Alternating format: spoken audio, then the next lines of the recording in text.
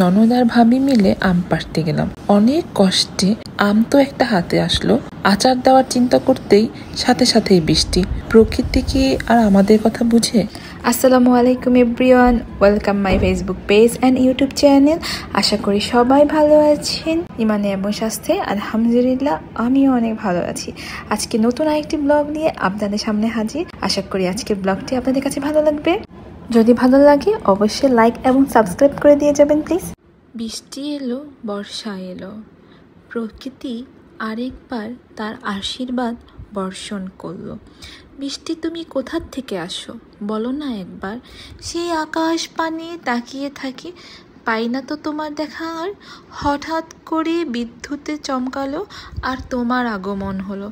এই বৃষ্টি বলো না তুমি কোথার থেকে আসো। বৃষ্টি আর মেঘলা ওয়েদার আমার কাছে অনেক ভালো লাগে। তো আজকে তো আমার ভালো লাগার দিন, মনে হচ্ছে আমার ঈদের দিন, এত খুশি লাগতেছিল।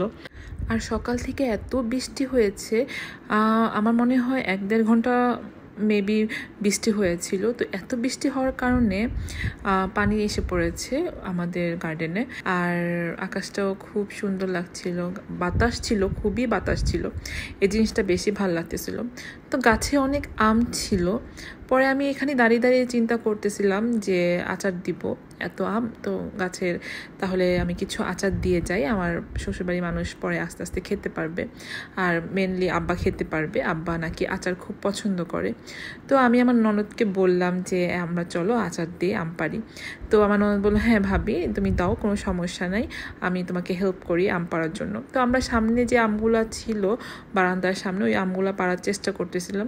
তো দুজনে মিলে অনেকক্ষণ ট্রাই করলাম। তো ও আমাকে বলতেছে, ভাবি দাও আমি পেরে দেই। ও আবার একটা লাঠি নিয়ে আসছে, তো ওইটার মধ্যে একটু গুণা বাঁধা ছিল এই টাইপের কিছু। তো ওইটা দিয়ে সামনের দিকে আনতেছিল। তা আমার দেবর আবার তাকেই বলতেছে, দাঁড়া আমি তোমাদেরকে হেল্প করি। ও আবার দৌড়িয়ে কি জানি একটা আনতে গেল। তো এই ফাঁকে আবার আমরা দুইজন ট্রাই করতে করতে আল্লাহর রহমতে একটা আম আমরা পারি। একটা আম পারি অনেক কষ্ট করে।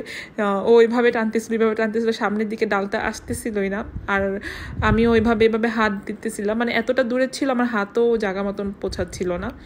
তো অনেক কষ্ট করার পরে একটা আম আমরা নেই। তো এত কষ্ট করে করে আম নেওয়ার কারণে আব্বা বা এই জিনিসটা দেখে। তো আব্বা পরবর্তীতে লোক দিয়ে 2 বস্তার মতন আম, 2 ব্যাগ, সরি বস্তা না, 2 ব্যাগের আম আমাদেরকে দেয় যে আমি যাতে আচার দিতে পারি। তো 2 খালাকে বসিয়ে দিয়েছি, খালারা 2জন মিলে সুন্দর করে আমাকে আচারের প্রিপারেশন করে দিচ্ছে যে আমি কি কি আচার দিব। এটা আমি আবার বলে দিচ্ছিলাম আমাকে এভাবে এভাবে কেটে দিবেন। ওনারা অনেক ভালো, আমাকে সেভাবেই কেটে দিচ্ছিল। আর সব আচারের সব কিছু বলে দিচ্ছিলাম যে এটা এটা করে দিবা আমাকে। তো ওরা করে দিচ্ছিল, কিন্তু আমি ওইভাবে ভিডিও করতে পারি নাই। কোনো রকম ভিডিও করেছি, আমি ওইভাবে চিন্তা করি নাই যে আমি ভিডিও করব।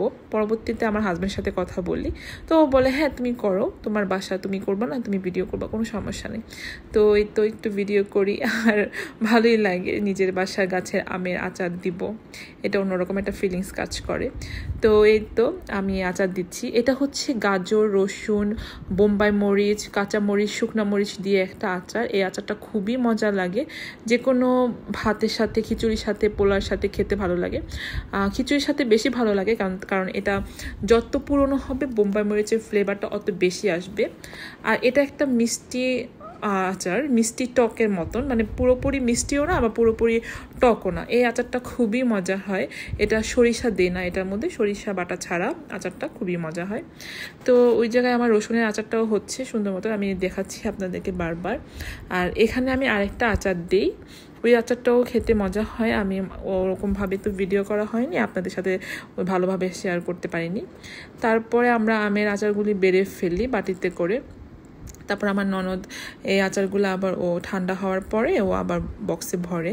তো এগুলো দেখতেছিলাম, ভালো লাগছিল, ওরাও খুশি। আর আমারও মানুষকে কোনো কিছু করে দিলে আমারও কেন জানি অনেক বেশি ভালো লাগে।